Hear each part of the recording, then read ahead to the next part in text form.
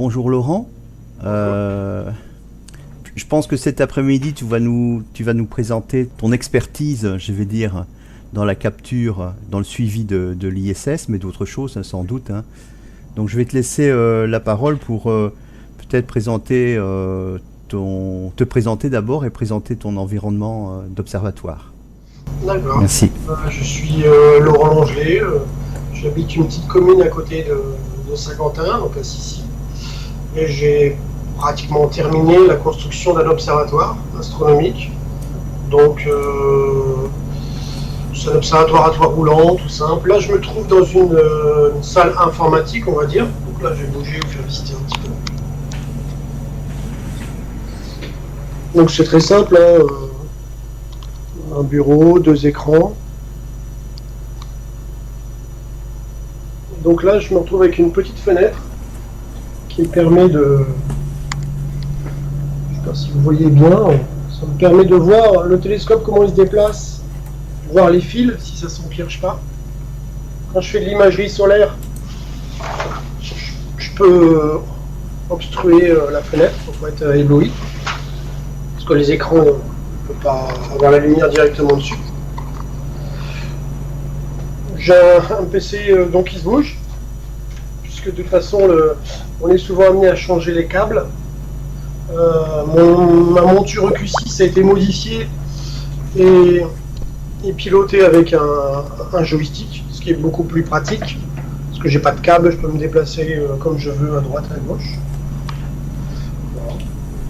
Là c'est une des dernières ISS que j'ai fait, donc c'est une composition de 20 images. Voilà, avec différents logiciels de traitement. Donc on arrive à faire ressortir quelques détails quand même. C'est intéressant. Donc c'est fait qu'un télescope de Newton, 254 mm de diamètre, avec une petite caméra ZWOASI 174. Donc on utilise des logiciels ici avec des réglages. Donc le gain, l'exposition, les vitesses. Et ça, c'est File Capture, Laurent, que tu C'est Fire utilises? Capture. Hein. D'accord. Là, on est à 153 images par seconde pour une image en 1936 par 1216. Bon, c'est ce que je disais. Si je redescends le capteur, je vais poser la webcam et puis je vais m'absenter 2 petites secondes. Là, c'est bon. Écoute, je vais te faire une démonstration d'ouvrir le toit. Donc là, je vais te faire une ouverture du toit. Donc c'est manuel, hein.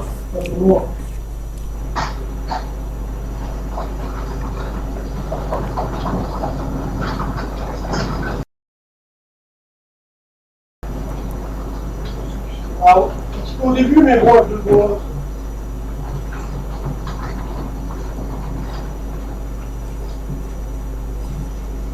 Voilà, c'est l'ouverture du...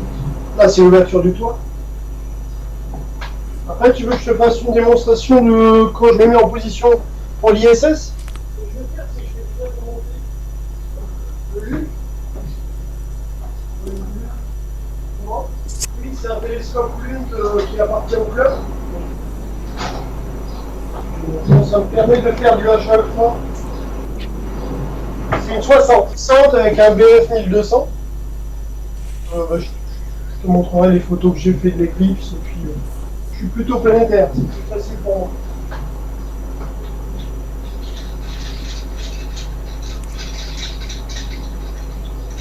La platine, elle redescend avec j'ai mis un niveau, elle redescend et elle est quasiment en station.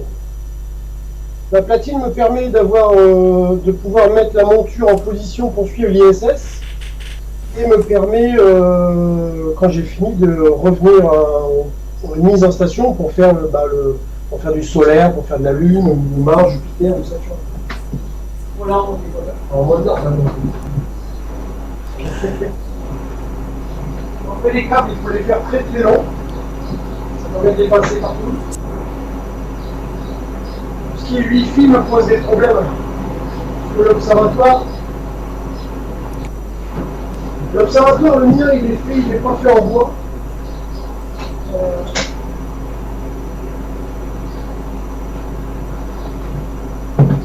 Moi, mon observatoire, il est fait avec des tôles sandwich, c'est-à-dire que tu as 2 tôles de métal et de la mousse polyuréthane isolante. La journée parce que j'accumule pas de chaleur, tu vois. Et par contre, le problème, c'est que ce soit le portable ou le wifi ou n'importe quoi, ça passe très très mal. La salle informatique est fait aussi comme ça. Donc ça isole des ondes, c'est pas très ça. Ce sont des panneaux comme des chambres froides. Donc là, ça doit être du 8 cm de mousse polyuréthane. Et là, c'est vrai que ça isole bien, quoi. Bon, bien sûr, j'ai la clim parce que l'été, ça chauffe quand même beaucoup. Donc la clim me permet de refroidir l'observatoire et la salle informatique quand il y a vraiment la canicule, quoi. Parce que sinon, la mise en température de l'observatoire est trop longue. Le fait de pouvoir la refroidir un petit peu, j'ai mis des sondes de température un peu partout. Ça permet de l'acclimater à une bonne température et quand j'ouvre, on va dire que j'ai une mise en température assez rapide. Là, il suffit de lever. Si j'ai un niveau, on va lever jusqu'à temps que le niveau. L'avantage du cric, c'est qu'il peut se replier vraiment à plat. Je vais essayer avec des vérins et tout ça, mais ça va pas. J'ai pas assez de place. Le problème, c'est le toit aussi. Après, il faut que je sois à la bonne hauteur pour pouvoir observer.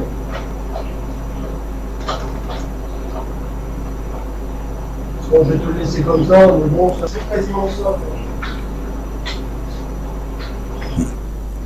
Après, l'orientation, c'est tout ça. L'ISS met 1h30 pour faire le tour de la Terre, mais j'ai des passages prévus pour ici à Sissi, ça sera début juillet, pas avant.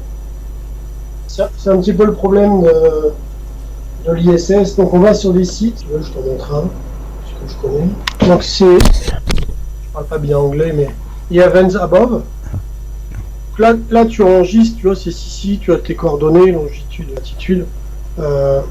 Une fois que ça s'est enregistré, pareil, c'est très pratique quand tu vas en vacances. Tu as la même chose en application pour les smartphones. Hein. Tu as ISS. Donc là, tu vois, 17 juin, il n'y a rien. Voilà, tu vois, j'ai tous les horaires de passage. Par exemple, tu vois, le plus beau passage, ça va être le 5 juillet. Bon, 4h19 du matin quand même. Donc tu vois, il t'indique exactement où tu passes dans le ciel. Donc c'est quand même très pratique. Les coordonnées, tu vois, sud-sud-ouest, où ça arrive. Après, si tu veux la trajectoire au sol, ça te donne ça. Donc tu vois, ça passe vraiment quasiment au-dessus de chez moi, quoi. Alors quand je le prends au début du passage, quand elle est à 15-20 degrés, bon bah là, elle est quasiment à 1000 km, quoi. Elle est à 89 degrés, vraiment, quand elle sera vraiment au-dessus de chez moi. Le système d'autoguidage, tu es obligé d'essayer de la choper, on va dire de la loquer, le plus bas possible, puisqu'elle ne bouge pas vite. Ça permet l'autoguidage de se centrer dessus, puis après ça suit tout seul. Donc une caméra d'autoguidage, bah, il te faut une caméra qui fait le suivi sur l'ISS, donc c'est avec un logiciel qui va détecter un point lumineux au mouvement et qui va le suivre. Mais c'est un autoguidage spécifique à très grande vitesse. J'essaie d'allumer le logiciel, c'est ce que c'est le logiciel. Le problème c'est que j'ai un PC qui pilote 2 caméras plus une webcam, donc c'est assez compliqué. Donc là c'est la version, on va dire, où tu peux filmer comme Fear Capture, tranquillement. Là je vais allumer le système pour que... Désolé, je sais pas. Une caméra sur la tête serait un peu plus facile. Pour ceux qui font de l'imagerie, on va dire, pas forcément planétaire, mais ceux qui font du ciel profond, j'utilise des caméras d'autoguidage. Là, c'est exactement le même principe, sauf que c'est à grande vitesse. Là, il faut une caméra qui soit en général, tu as 2 types de capteurs, tu as rolling shutter et global shutter. C'est pour la lecture, donc il faut un global shutter en général.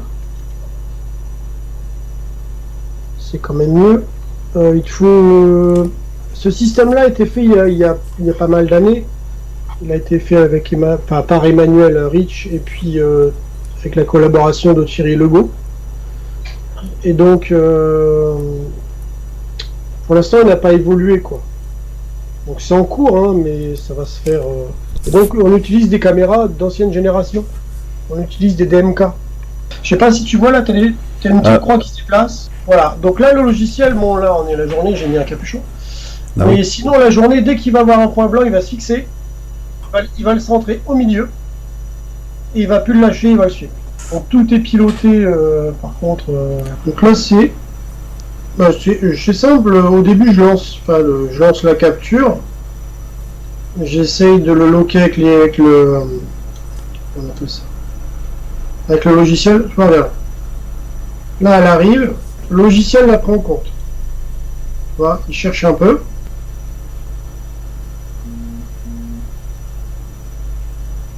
Après, je peux te rapprocher, hein, ça te donnera une idée. Enfin, je sais pas si t'as pas forcément la mise au point.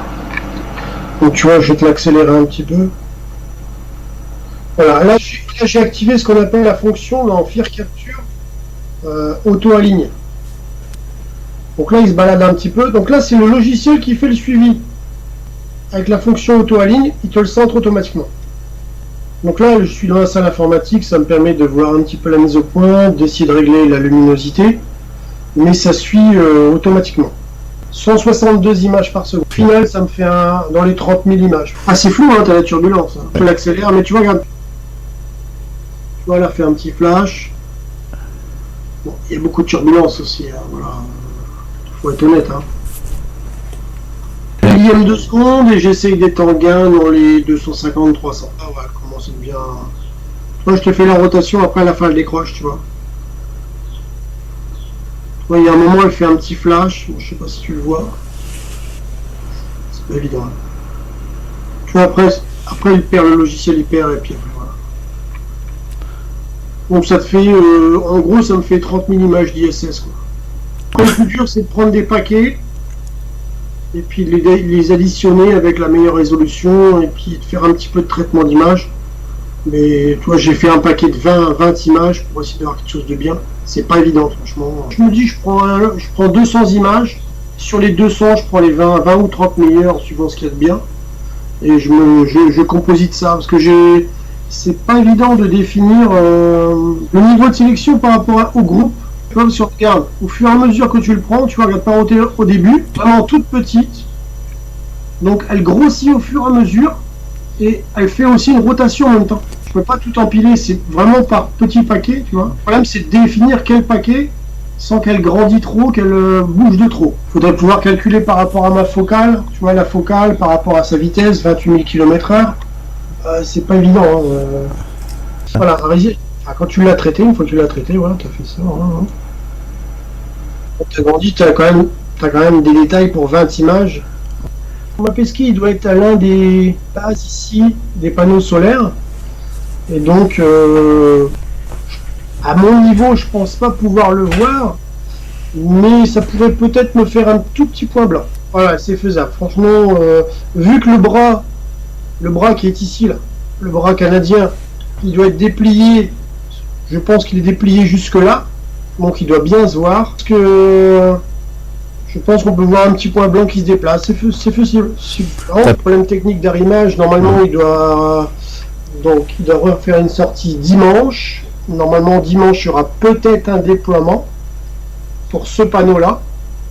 Et comme ils en ont encore un deuxième à faire, il y aura une autre sortie qui sera faite. Mais bon, moi je t'ai dit sur Events Above, c'était début juillet. Mais j'essaierai après c'est le petit bonheur la chance aussi. Hein. Il faut qu'il n'y ait pas de nuages, qu'il n'y ait pas de turbulence. Il faut que l'ISS soit bien orienté, parce que l'orientation elle est différente à chaque fois. Après, comme tu as vu dans la vidéo, tu as des flashs. Alors, des fois, ça peut être surexposé ou sous-exposé. C'est toute une aventure. Hein. Chaque fois que tu fais un passage, c'est surprise. Voilà, c'est pas comme si tu fais la lune ou le soleil, où bon, ça change un peu, mais il n'y a pas de grande surprise. Là, c'est vraiment... quand tu arrives à avoir une image, franchement, tu es content. Voilà.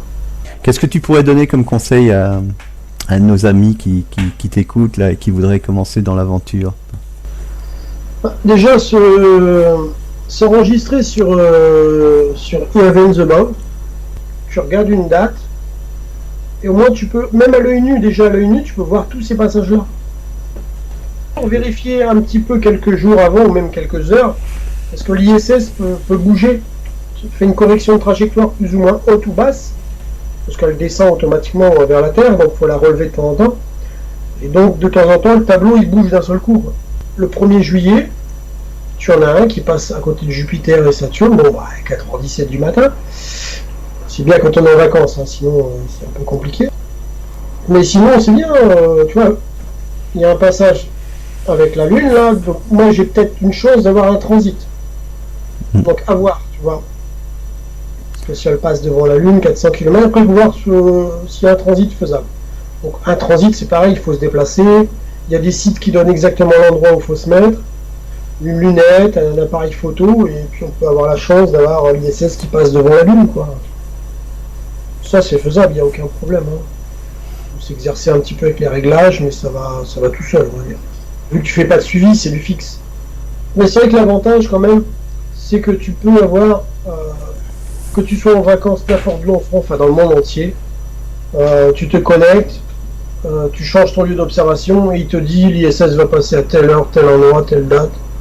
C'est vraiment, c'est bien fait. Si tu veux partir sur un montage, je veux dire sur un setup, comme on dit, de base, qu'est-ce que tu conseillerais, ou il faut partir directement sur du matériel plus évolué? Un télescope, après un chercheur bien aligné. Tu vois, là je vais te montrer c'est du traitement que j'ai fait. Ça date de 2011, tu vois. Je faisais déjà ça en 2011, suivi à la main. Petit Crow Dragon qui est là. Tu dois avoir le laboratoire Thibaut qui doit manquer. Et on voit pas trop les panneaux, mais voilà. Là, tu dois même avoir un module russe qui n'y est pas. Ça, c'est ce que je faisais, ouais, c'est en 2000. Ouais, bien, tu vois, 2011, 2013, 2012. Après, tu suis ça sans aucun problème, je veux dire. Enfin, avec un peu d'habitude.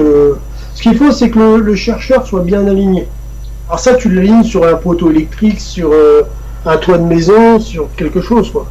Et tu le grossis, moi je le grossissais au maximum. Comme ça, c'était vraiment à quelques pixels près. Et puis après, voilà, après je suis passé avec une petite lunette, un oculaire réticulé, éclairé. C'était plus facile. Mais il y a... Je veux dire, ce que j'ai fait ces années-là, tu vois, ça donnait déjà ça à l'époque. Tu vois, l'orientation est complètement différente, tu vois. Chaque passage, elle est orientée différemment. Tu vois, tu as une rotation là. Alors oui, ta monture est quand même modifiée pour suivre. Oui, c'est... Attends, je vais réouvrir quand même. Tu peux peut-être expliquer la modification de la monture. Alors, la monture, elle a été modifiée... La carte électronique a été modifiée. Ensuite, il y a eu l'ajout d'un module et m'a été fourni le logiciel. Après, ce sont aussi des prototypes. Hein. Ce sont moi, Thierry Legault, Philippe Smith. Il y en a un autre aussi qui va l'avoir bientôt. Je ne sais plus son nom. Il y a Sylvain Weller aussi, je crois qu'il l'a eu. Le logiciel est fourni avec la modification. La personne qui te le vend te suit aussi, parce que c'est quand même assez compliqué. Tous des télescopes différents, des montures un petit peu différentes. Et c'est vrai que c'est pas toujours évident de pouvoir le suivre, quoi. Est-ce qu'il y a un site que tu recommandes pour les gens qui voudraient vraiment se renseigner sur l'ISS, sur ces derniers développements technologiques, etc. Après, c'est le site de la NASA. Après, sur Facebook, tu as les fans de l'ISS ou le webmaster, on va dire. Tu lui poses des questions, il te répond assez rapidement. Sinon, c'est d'aller sur les forums d'astronomie, sur WebAstro, AstroSurf. Et puis de poser des questions. Après, tu vois, moi, si quelqu'un m'envoie un message, je répondrai avec plaisir. Le sens de ma question, c'était si demain tu fais une observation Je suppose que tu as aussi une bonne connaissance de tout ce qui s'est fait dernièrement sur les ISS pour pouvoir localiser tel ou tel module. Ou Oui, mais il y a des PDF avec exactement comment on appelle ça, les structures, leurs noms. Il faut aller sur les sites de la NASA, il faut aller sur certaines pages de Facebook où tu essayes de savoir les prochains lancements. Parce que les prochains lancements, c'est là où les cargos vont s'arrimer, donc c'est là le plus intéressant. Après, sur le site de la NASA, c'est tout ce qui est sortie extravéhiculaire. Là, c'est intéressant aussi. Tu vois, comme là j'ai suivi le panneau solaire, bon, je sais qu'il y a un problème. Normalement, la prochaine sortie, c'est le 20, c'est dimanche. Mais s'ils n'arrivent pas à finaliser, il y en aura une programmée un peu plus tard. Donc là, il faut suivre toutes les actualités, quoi. Après, tu vois, là, je cherche quelque chose que je n'ai pas trouvé. C'est la couleur des panneaux solaires. Savoir s'ils vont être blancs ou plus lumineux, est-ce qu'on la verra mieux dans le ciel? Et ça, je sais pas encore, tu vois. Je le verrai en photo moi-même. Mais pour l'instant, j'ai pas trouvé l'information. Voilà. J'ai reposé un peu la caméra. Si tu voulais. Est-ce que tu peux peut-être nous montrer tes dernières captures là, de l'éclipse? Parce que je vois que tu avais la Lune. Ça. Bien joué. L'informatique, c'est bien, mais il fait un peu chaud. Je veux voir une protube. Ça, c'est une vidéo que j'ai faite un petit peu avant l'éclipse. Donc là, il y a une protubérance, des nuages qui passent. Bon, moi, je le sais, mais après, c'est pour vous voir. Après, c'est pas... Tu la vois là? Oui, elle fait l'arche qui coupe l'air. Ouais, assez large. Bon, l'éclipse, c'était quand même assez compliqué, puisqu'on a quand même eu beaucoup de nuages. L'éclipse, c'est quand même assez... Enfin, pas trop nuageux, mais un nuageux quand même. Quand tu as des nuages comme ça au traitement, c'est catastrophique. Tu peux pas... Le logiciel, il est perdu, t'as des zones claires, des zones sombres, il sait plus où il en est. Donc là, c'était le début, tu vois, quand t'as plus de nuages, t'as carrément de la saturation. C'est quand même relativement compliqué, toi. Pour le traitement, c'est plus loin. On voyait quand même on commençait à voir un peu les montagnes sur l'ombre de la Lune, tu vois. C'était pas lisse, c'était quand même assez intéressant.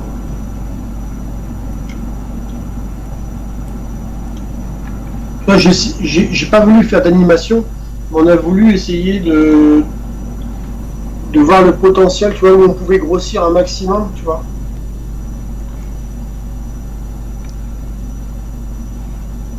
Une bonne partie qui a posé des problèmes. Après, on a fait un petit peu de grossissement, on va dire maxi, voilà, en lumière blanche. Donc là, tu as la turbulence, mais au moins on voulait tester le maximum de grossissement pendant l'éclipse pour voir vraiment les montagnes. Tu vois. Après, je suis pas spécialiste, mais on doit pouvoir retrouver quel cratère fait quelle ombre. Ça doit être faisable. Alors moi, c'est fait avec le 254. Moi, on a alterné avec les deux caméras pour voir un peu les différences, etc. Parce que bon, bah, une 60 mm, non, c'est une 80 celle-là. La 80 là, en lune, elle est vraiment, c'est du 80 mm. Tu ne peux pas grossir non plus énormément, quoi. Les protubérances, on avait fait ça, je le redonne. Voilà, tu vois là. En gros plan, tu vois, le maximum de grossissement, on avait réussi quand même un petit peu à...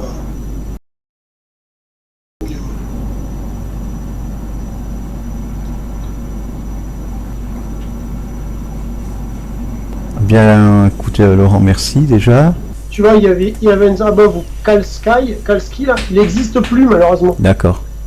Voilà. Mais sinon, ça t'explique en gros ce que je te dis. Ah, voilà, c'est impeccable. Tu vois, pour les transits, t'avais ça avant. Oui. Sur d'autres sites, tu peux pas la même chose. Donc, tu vois, par exemple, t'as Ridmont. Je suis à côté, hein. Si, à côté, c'est un Ridmont. Et t'avais tous les carrés, là.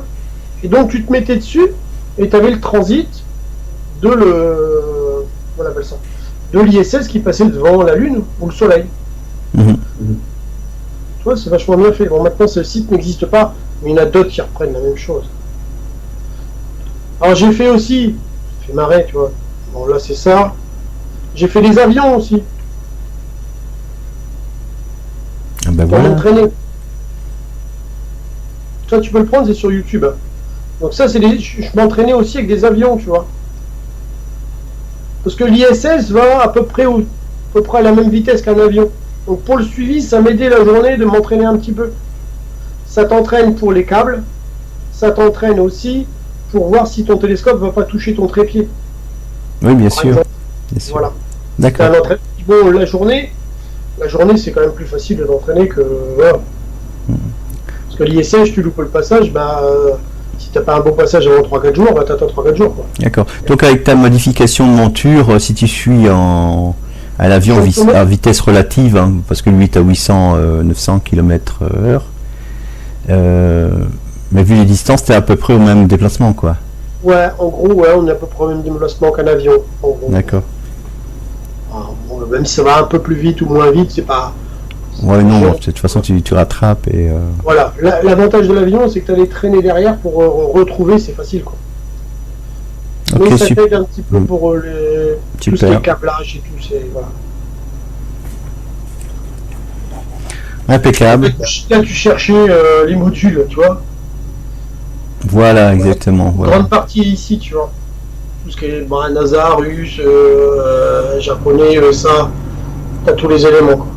Sans compter les nouveaux qui ont été mis en plus.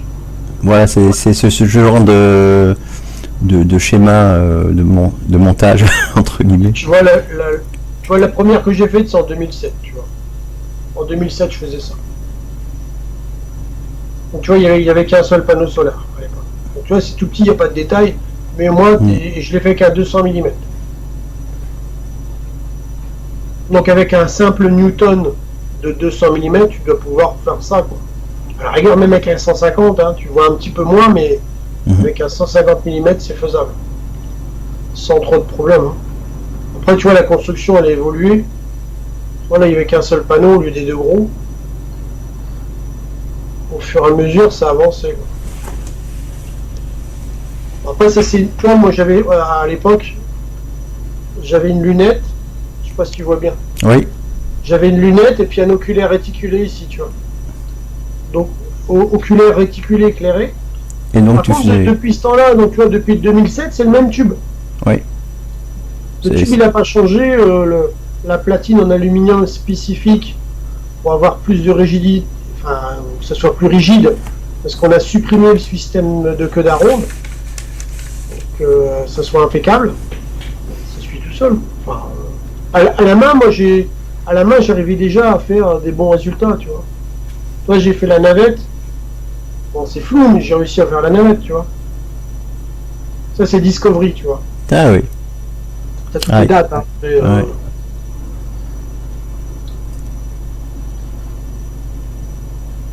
J'ai fait la navette arrimée, mais on voyait pas grand chose. Tu vois, les différents laboratoires Thibaut qu'il y a eu en plus. Ça, c'est la plus belle que j'ai faite, tu vois. On voyait un petit peu les détails, c'est sympa.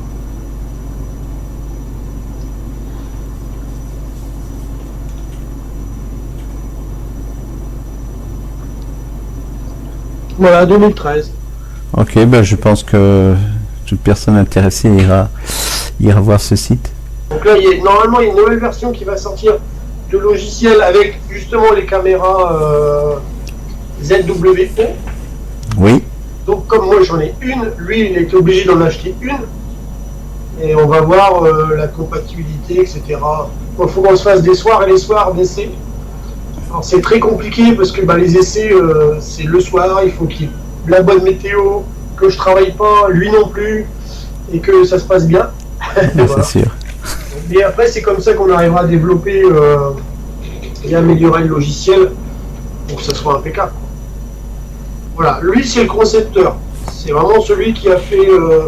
Il a fait toute la modification pour Thierry Legault. Donc c'est une.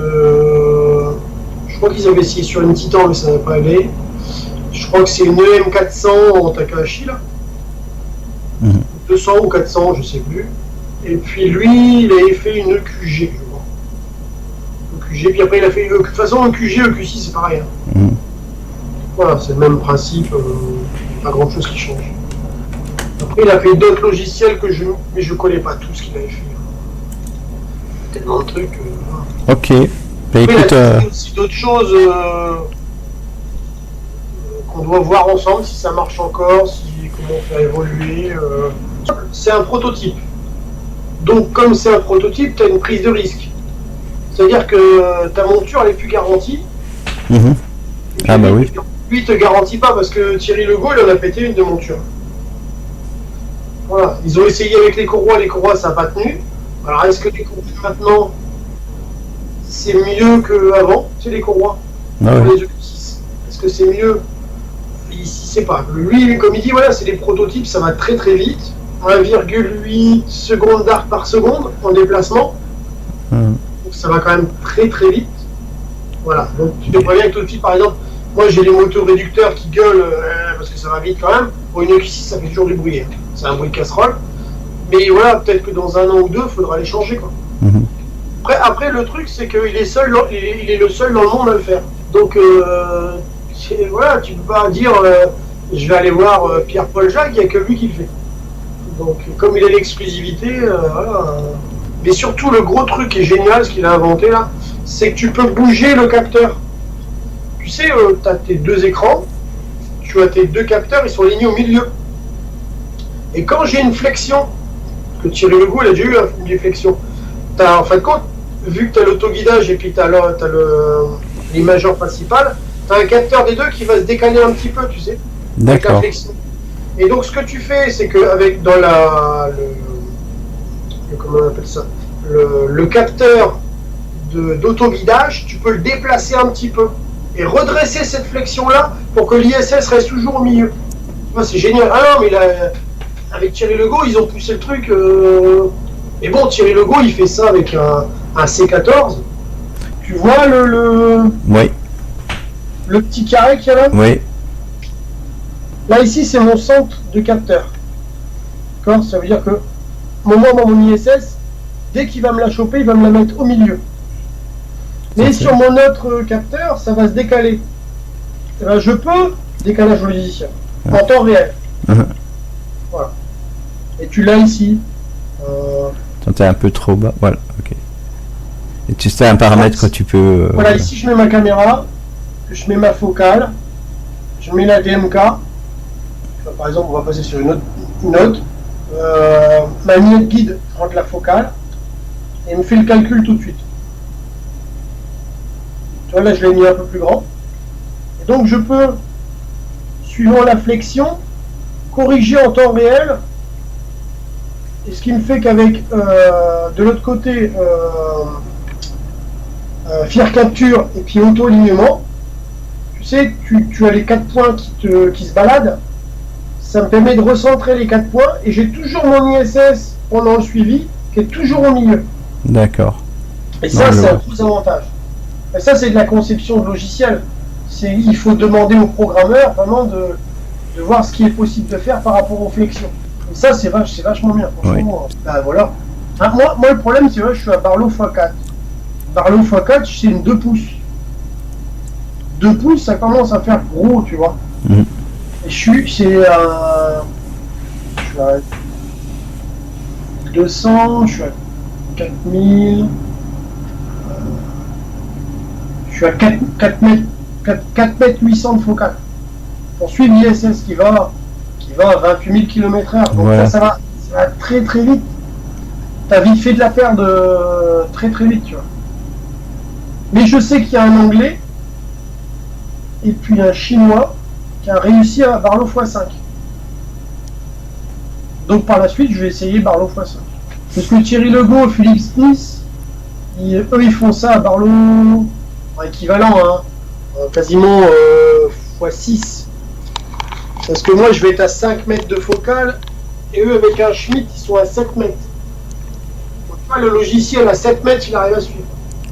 C'est impressionnant, tu vois, c'est quand je te l'ai montré sur la vidéo là, tu vois, au début il cherche un peu, et franchement il se balade un tout petit peu, mais tranquille quoi.